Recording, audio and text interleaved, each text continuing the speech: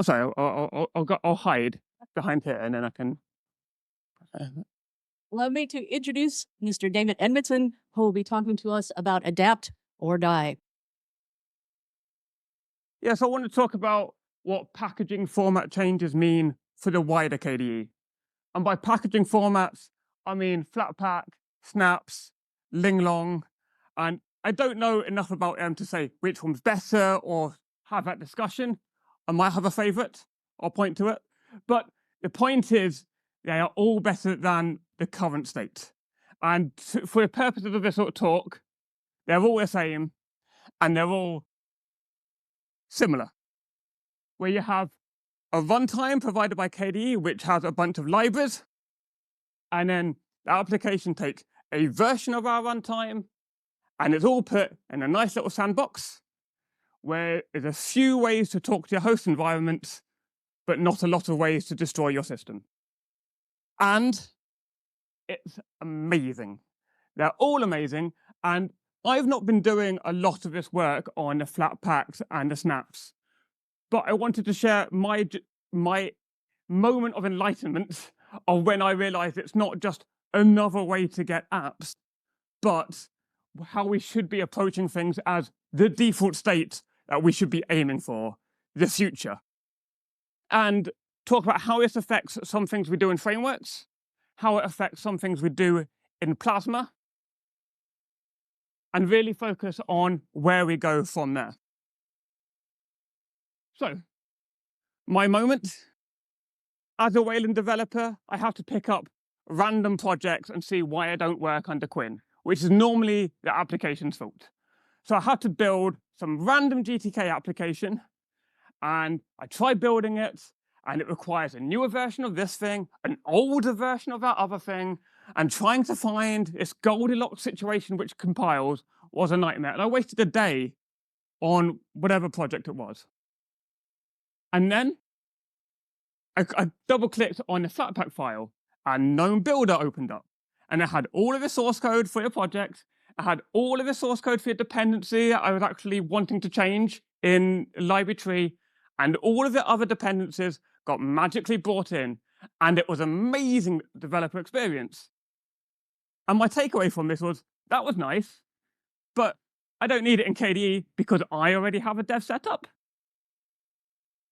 And I think everyone in this room probably goes, we don't need any of that nice stuff for getting all your dependencies because I already have all your dependencies. And when you say it out loud, you realize that's not a good way to think. So using this as a way to get people on and have other people quickly build your app is really important. If you go to most GNOME apps now, like a new GNOME terminal that's just landed, the README doesn't say clone this repo and get these dependencies and store these headers. It says clone this repo, open the Flatpak file.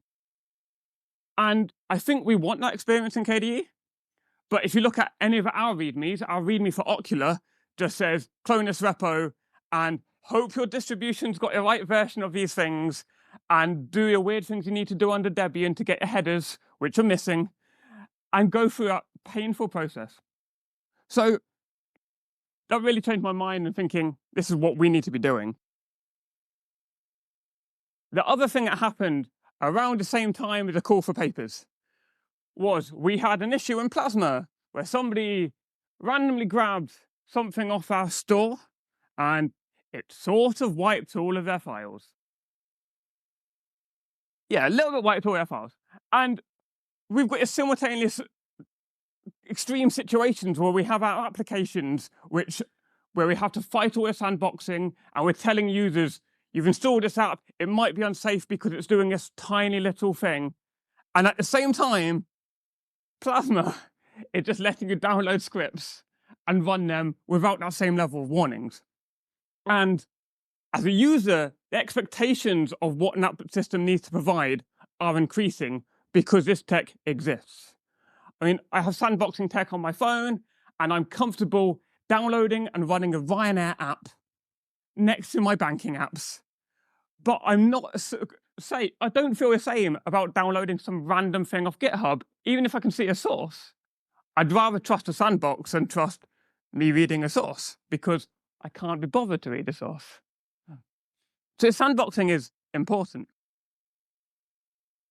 And that got me thinking about what else can we gain from this sort of technology. Moving forward, we don't have to care about ABI too much. Every time we make a new runtime, a new SDK of saying this is what you run your application against, doesn't have to be ABI compatible with the last one. And that would give us a lot more flexibility when we approach moving through KS6 to get to KS7. We can start deprecating things early and stopping apps using them and making sure they change. Or we can just be more eager to include new libraries into our SDK, knowing it's safe to just make a change later if we want to. And also, bugs should be reproducible. My work is filled with Nate telling me he's got a weird bug that only he has. And in theory, in a world where we run the same software, we're in the same sub-stack with the same dependencies, should behave the same, and I'll have fewer of them. They won't all go away. I'm sure you'll still find a way to out-QA me.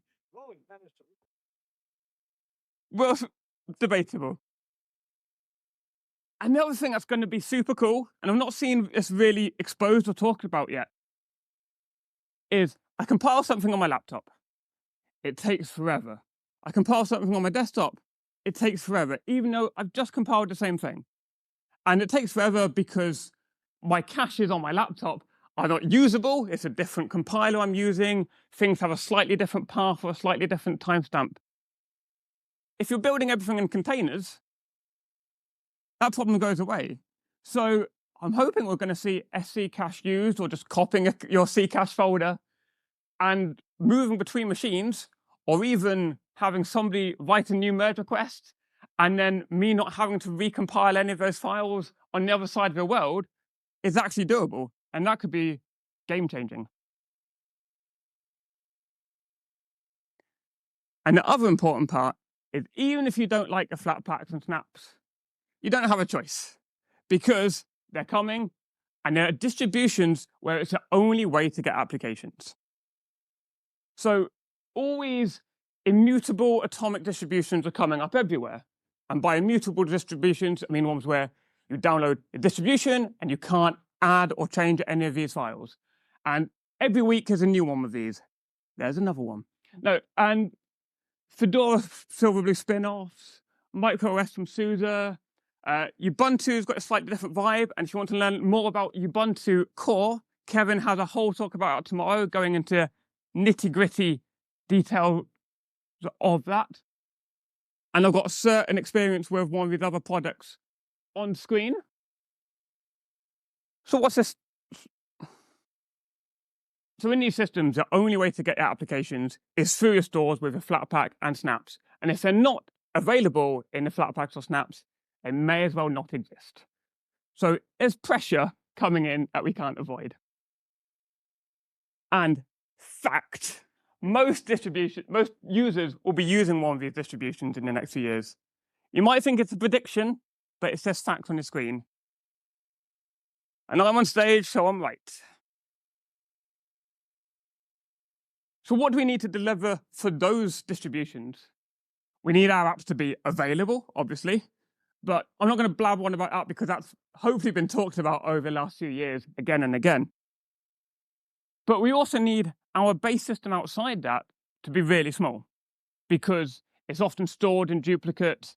It's something that other companies promising as, here is the product, so they want to have some control over what they're offering. And as I talked about before, it needs to be robust. There's no point saying your apps are sandboxed if everything outside it is not. So we really need to focus on hardening that. And on the framework side, we need to come up with an SDK that works, something that's predictable. You look at your library documentation and see, here's a library documentation. I expect it to work the way Linux apps are being deployed now, which is in these Flatpaks and snaps. And we need to have that integration work and be clear when it won't. So what's the state in KDE right now? Things are good enough. I mean, if SteamOS is a device that's out there, Silverblue's out there, and people can get a lot of our apps, and they're available, but the experience could definitely be better. Like our frameworks, what we're thinking about where we're going to be in 5 years is not designed with this Flatpak first approach. We've designed from that 20 years of history, 25 years of history of traditional packaging, and that sort of flow through now. And that makes sense because that's how things used to work. Had distribution packaging where we give stuff to distributions, they give a random version to consumers, we don't know what it is, and clients have to work around guessing, working against maybe building against this version of Qt with this version of framework, and that mismatch. So we need to move towards this container-first approach where we think about sandboxing existing already and working. So before I talk about what we need to do next in frameworks, I need to give a quick summary of how all of the security stuff works in these containers. So by default, you can't access any of the files in home, well, with some exceptions, or your root file system. You can't just grab a random library that's installed and use a lib somewhere. No access to devices, which is generally a good thing. And when you want to talk to one of these other apps on the host, other processes on the host, it goes through a filter.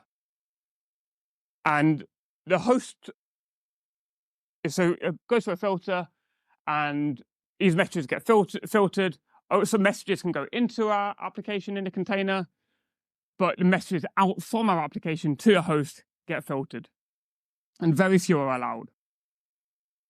Also, the host system, Plasma, only gets to see a handful of files from the application. It gets to see a desktop file, which says how to launch it, and the command that says how to launch it gets modified by its install process. So where you say exec equals dolphin, the host sees exec equals Flatpak run dolphin. Same for dbus service files, so things can be dbus activated. And again, that same modification of the entry point gets modified as far as the host dbus daemon sees it. And obviously, we get a nice little icon. So those are static permissions, and you can do other tasks without needing those. So if you want to open a URL, you send a message to your portal rather than actively you saying, launch Firefox, you ask your portal, please open this URL, and then magic things happen. If you want to open a specific file, you talk to your portal and say, can I show you a file dialog, please? And then the host shows the file dialog with all of your files and hands back a magic way that you can open just that one file. And we've got things like notifications go through this portal, things that maybe don't need any additional security things, but also something that we want to be restricted goes through this portal, and then we can show the user a prompt saying, do you really want to let kwrite start recording your screen? Sounds suspicious. And the user can say yes or no. And the static permissions are somewhat of a fallback. If you go to FlatHub right now and you request to access all of the files in your home directory, you get a scary warning, full system read-write access. This is bad. And it starts to look like the back of a cigarette packet where you've got a picture of a lung disintegrating. And that's what's going to happen if you open .config. And another fact, over time, FlatHub's going to start making that warning more and more severe. And users are going to see that scary looking warning and go, well, I can choose between this application without a warning or this application from KDE with this giant scary notice. It's a no-brainer what you're going to choose. So we need to design our frameworks around this Flatpak first approach, where things by default go through not having big scary warnings. So I'll go through a few case studies, not going through everything we need to change in frameworks, because that's your job over the next 5 days and next 5 years of working out where we want to take frameworks. So, system tray icons. This is the icon in the little bottom right corner of the screen where you can see you're running kalarm and you've left kalarm open and you might want to do some quick access with it. So if you use kstatus notifier item or qsystem tray right now and try and use it, it just won't work. And that's a bad thing. But it can be avoided with one of these static permissions. If you add to your JSON file --talk name org.kde.status notifier item, it can go through. But you have to know as a packager, which you should be doing yourself as an application developer, that you need to add this. And no documentation in kstatus notifier item or qsystem tray icon mentions this. You find out, pardon? Well, yes. Or outsourcing. No, on a serious note, right, we can change this one thing, but we need to approach this of everything, right? And I'm happy to make a merge request for this one thing, but what I'm hoping for is people go, oh, but this also applies to here. This also applies to k-autostart. This also applies to whatever. And open up that discussion. And it's worth noting there are other ways to fix this at a Plasma and frameworks level. If we rename that dbus interface to org3desktop.portal.whatever, it gets allowed through without any prompts. That's a good thing. But it might annoy some people. So the alternative is we start talking to some people at the portals and say, well, we have these requirements, we have this API, let's make it work. And that means talking to your people, making it XEG desktop portal and say, let's do this.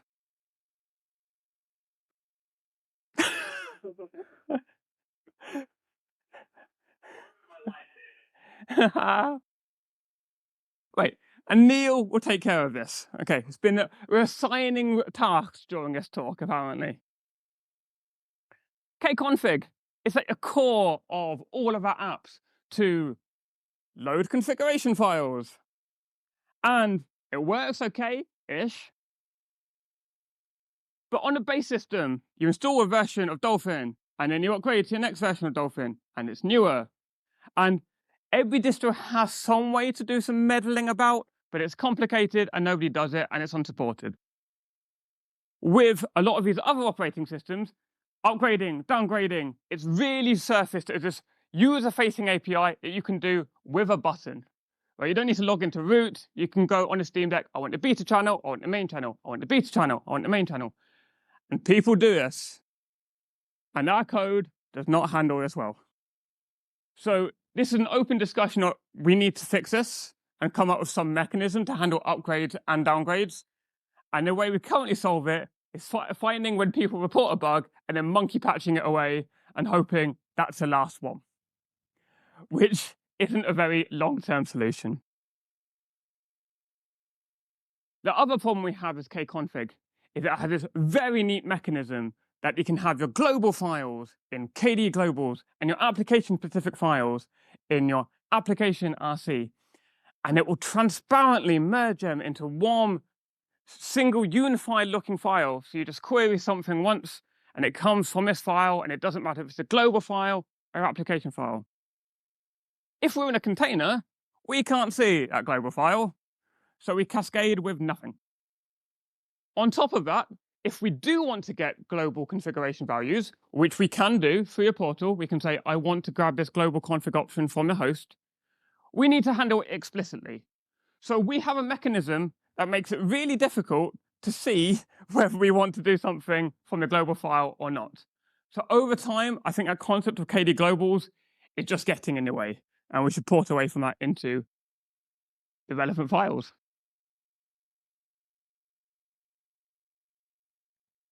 Yes, things are complicated and software is hard. Let's go shopping. OK Wallet. Yes. I'll explain how the wallet systems are meant to work in containers, and nobody really does this yet. The way it's meant to work is you talk to your portal and you get one password back. You don't know what your password's for, it's just one password back. And then you use this password you've got back from the host keychain to unlock your keychain. So it's this two-part system, and that way it doesn't matter what's being used inside a Flatpak. It could be any library to store all of the keys. That's not how K-Wallet works. K-Wallet talks to your host and expects you to query key value pairs of your keys. And we're moving to another library, which also doesn't handle this very well. So we need to think, this is where things are heading. Let's try and target that now rather than trying to do something now and importing again in a year. It's a very negative talk so far. There's a positive aspect.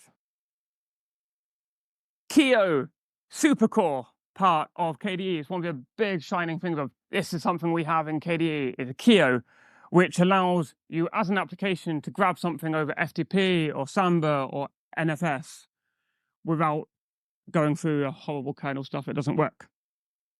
So, does it work in a Flatpak? Sort of, ish. If you open Kwrite, we also bundle our plugin to be able to talk over Samba, and it can load that plugin internally and load a file. But your password sharing isn't shared and doesn't work very well. And we also don't have file change notifications because that's on the host with the KDE modules. And if you allow your application to access KDE, lots of bad things happen because it can do a lot of things, like unload KDE.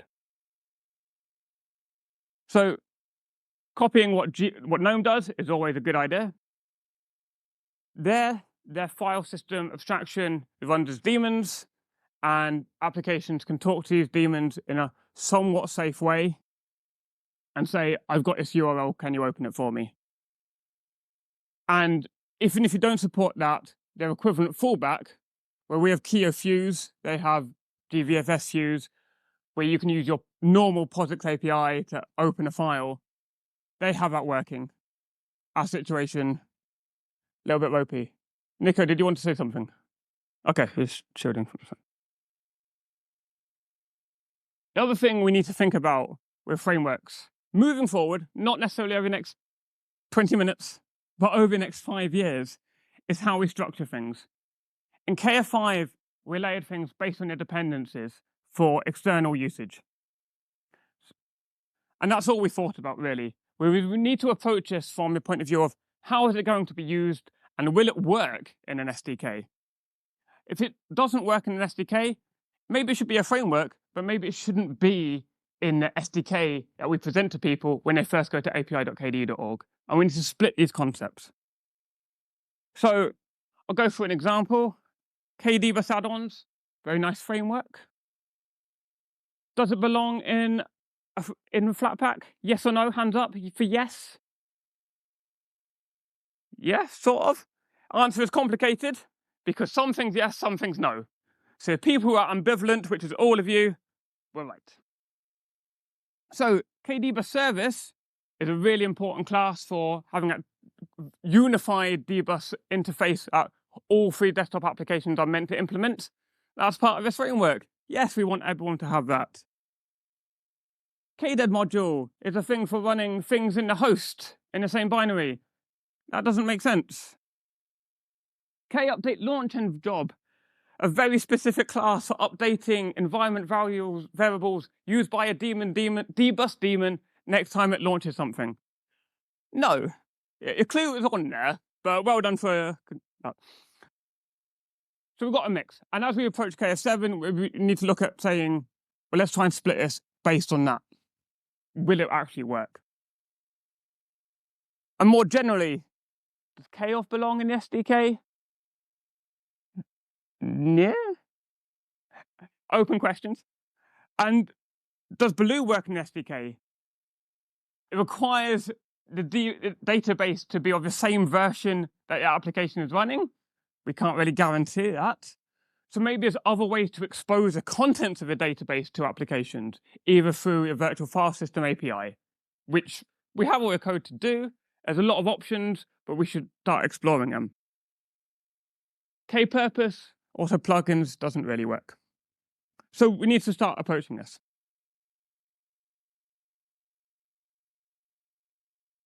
Can somebody bring me my water, please? Oh, it's down there. Nate, can you grab me a water? Thank you. Flatpak integration within Plasma. It's the other topic of this. We've got Plasma. It doesn't work very well. Plasma works very well. But the integration with applications and Plasma is very challenging because the whole point of a sandbox is to separate these two things. And historically, we've had this tie-in where we're saying, we've got this application in Qt, we're going to inject these plugins and try and manipulate it to work well in our desktop. And that part doesn't work so well. So styles, your Q style, we allow people to choose it. And that's a plugin. Does this work in Flatpak? Kinda. Oh, I tricked you all. Yeah, it kind of does work. But also no. So as a user, you have to go and manually install, if we don't ship it, your Q style on the host, so this KCM sees it, and then there is a mechanism to add plugins into a SDK that we provide, but it's not hooked in from this KCM, and that sort of falls apart. And even if it did work, it sort of undermines the sandboxing if you're grabbing these external plugins and trying to mess them around. So we need to move away from this concept of us injecting things into other processes dynamically. So there's a talk tomorrow from Ian about a new way to approach styles where we say, let's try and just use one style and then have other ways to theme this, which is based on configuration values rather than injecting binary things. The other plugin we inject into application is a Q platform theme. For most other applications, it's hosted in Qt. Plasma, we host it in Plasma and release it in lock sync with Plasma releases.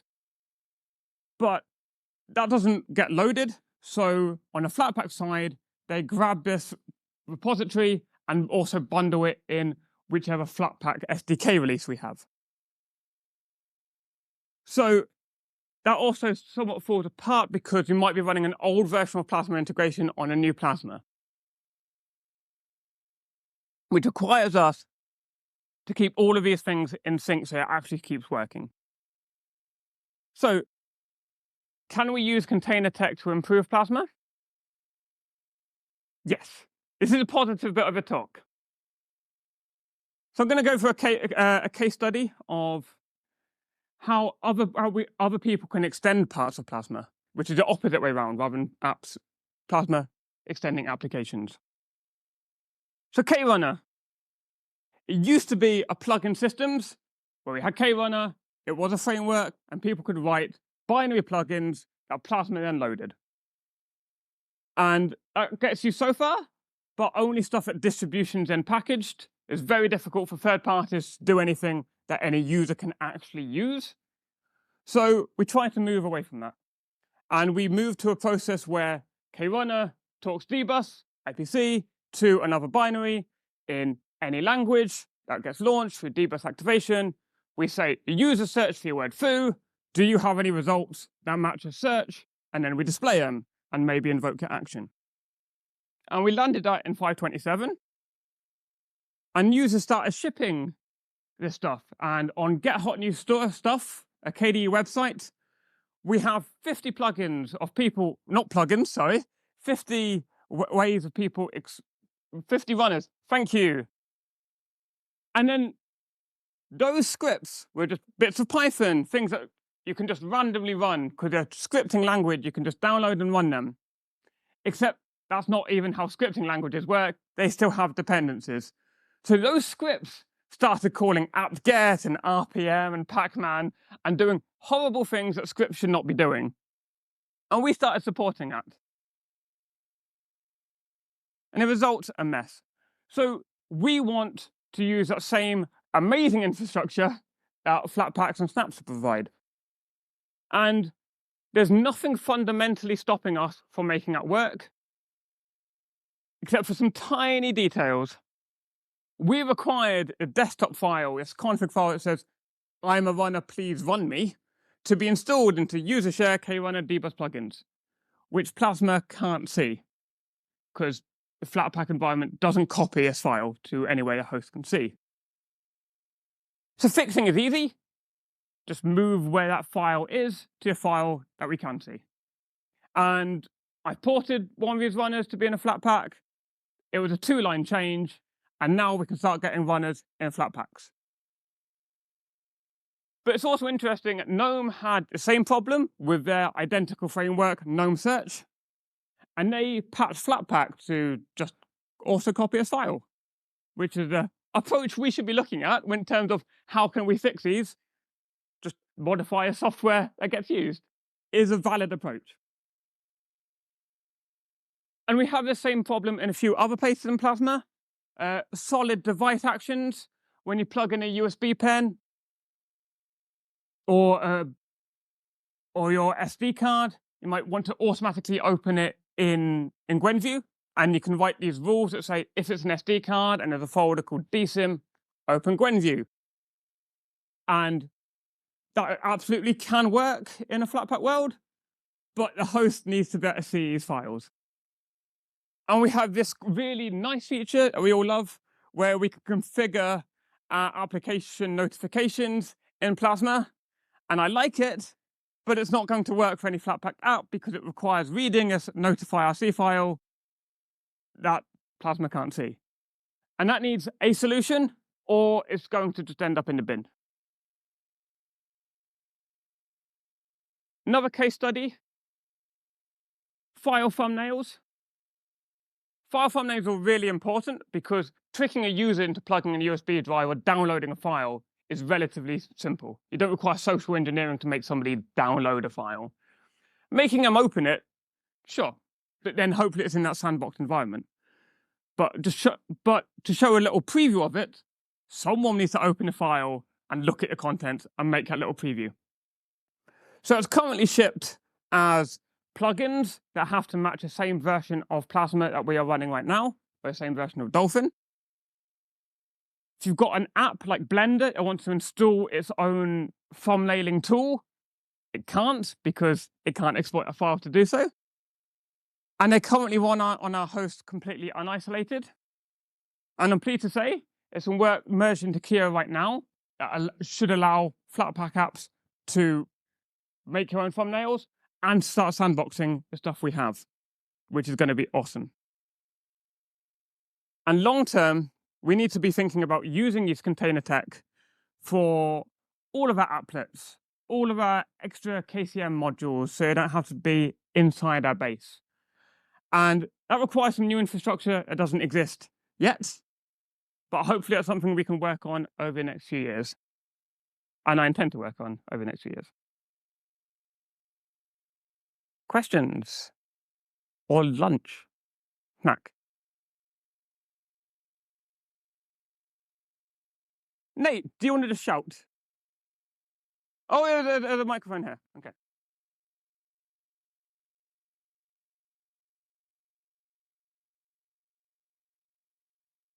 Does it work? Maybe? Okay, Yes, it works. Okay. So I'll be brief with my question. What do you think is the ideal balance of changing our apps to work with Flatpak versus changing Flatpak to work with our apps? About a 5. I think it's a compromise, right? It depends on the situation. We should try, and we can say we've got. If it's no work for us to change, then we should just change. If there's a benefit to changing Flatpak, we should change Flatpak, and we can, or at least try our approach and see what works. So there's no right or wrong answer to any of this. There's a see which is the path of least resistance. The question in front. So I have seen complaints about the free desktop secret service. As in it gives you a false sense of security because actually everyone can see everything. So how is your work gonna make this better or address this issue? I think there's a difference between where we want to go and where we are now. And we're approaching this in a very transitional way of let's actually get apps using this framework and then tighten and tighten and tighten and tighten, rather than what we've seen in some other transitions of saying, this is the perfect world we want to jump to, and then everyone's struggling to actually make anything work. And that's a balance.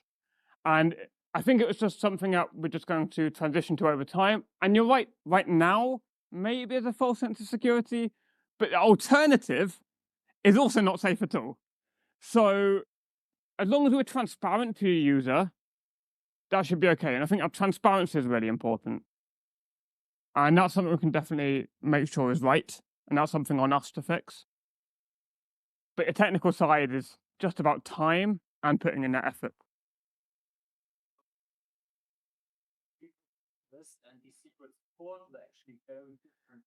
Yes, sorry, I missed your question. Secret service. Yes. Yeah, sorry, yes. Secret service basically has the security model of K-Wallet, which is anything can access anything. Yeah. But the portal is the thing where you only get that one Right. key. So Sorry, that yes. should be secure against that. It should. But we need to actually make use of that. And I should mention on the K-Wallet side, Carl has a talk, a BOF on Tuesday about wallets. So if you're interested in wallets and Secret Service and the other Secret Portal, go to that and we can make sure we come up with something that works and is amazing. That would be good because secrets are a mess right now everywhere. Yeah. But I've been following what GNOME have been doing on the project that got your sovereign fund money, and they were open to collaboration on the daemon side.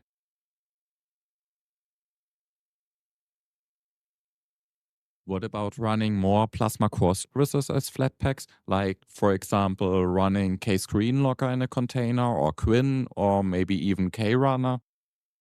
I think definitely over time, it's one of those, let's keep adding and adding and adding and adding. And the things with Plasma are always a little bit difficult because we need to launch applications and do all of the things that we need to do.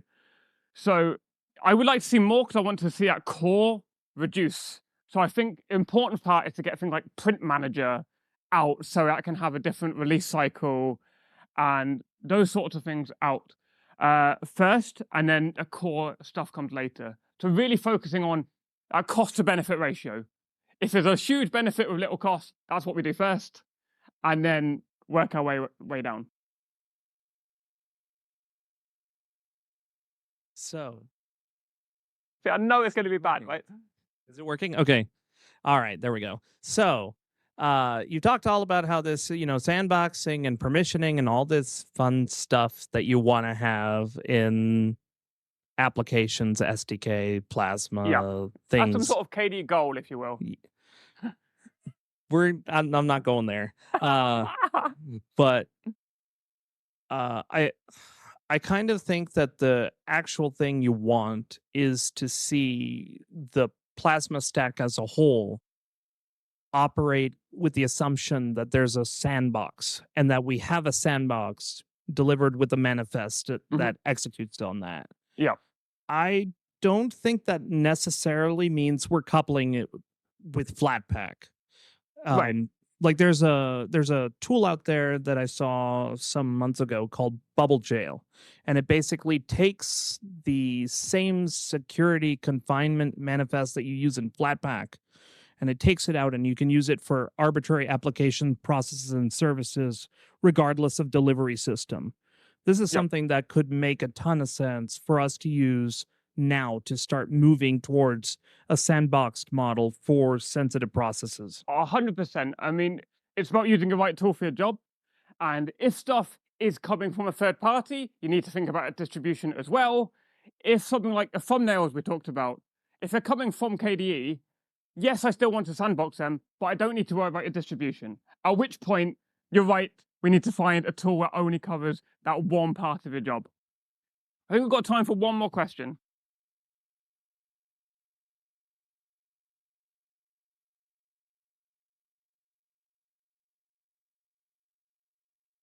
Is there, from what I understand, your focus is top level, so to speak, applications and not the base system.